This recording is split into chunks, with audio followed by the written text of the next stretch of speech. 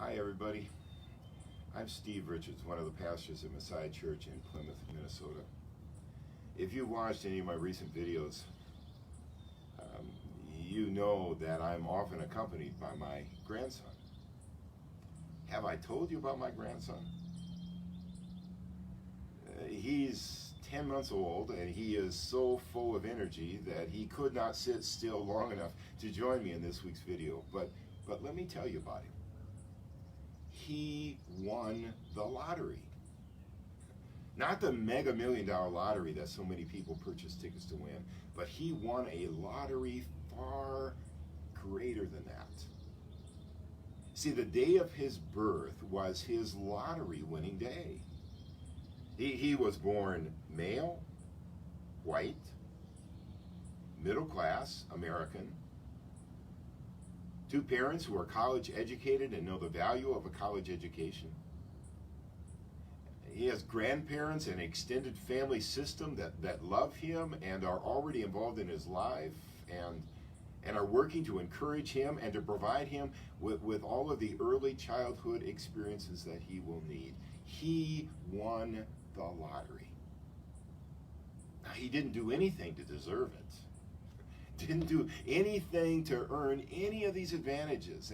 And let's not underestimate the kind of advantages they are. Now, none of these advantages will guarantee his future. But what these advantages do is to give him a head start.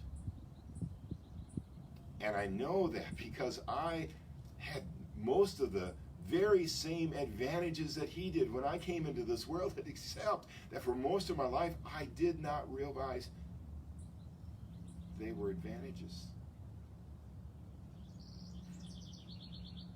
But I wonder, what if every child had advantages? Or a head start?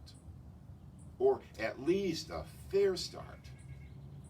Fairness, justice, equality for every child.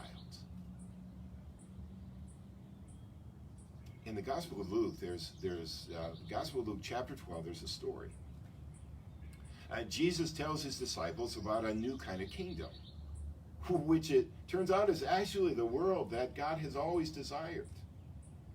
And Jesus describes two servants. One servant is focused on pursuing the desires of his own heart. Eat, drink, and be merry. And the other servant is focused on pursuing the desires of his master, pursuing a purpose greater than himself. And I think Jesus is saying to his disciples and to all of us, we have a choice. Will we pursue our own desires, eat, drink, and be merry? Or will we pursue the desires of God's heart, a purpose greater than ourselves? And he's saying that only one way will lead us into the kind of world that God has always desired. And then he concludes with this line: to whom much has been given, much will be expected. See, it turns out all of these advantages that I received at my birth, all of these advantages that my grandson received at his birth, they're not meant for us. But they're intended to be used to pursue a purpose greater than ourselves. See, I still want the kind of world that God desires, a world for which Jesus gave up his life. And though I've caught glimpses of that kind of world throughout my life,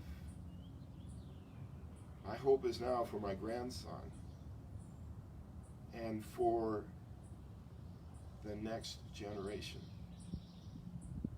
How will I help him? How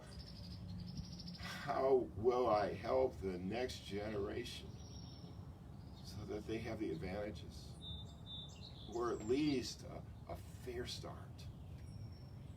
Fairness, justice, equality for every child. See, after all of the destruction of the past week is cleaned up and the business is restored, after all of the police departments are reformed or replaced, after all of the protesters have gone home, after all of the new laws that will be written have been implemented, after all of the new politicians have been put into place, there will be you and me and the next generation waiting. And what will we have learned? How will our hearts and minds and actions have been changed? Because isn't that really the key to a better world? In the words of a song that I learned a long time ago, change my heart, O God, make it ever true. Change my heart, O God, make it be like you. Change my heart, O God, make it ever true. Change my heart, O God, may it be like you. You are the potter, I am the clay.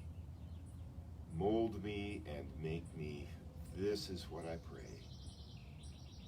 Change my heart, O God. Make it my heart ever true. See, I still believe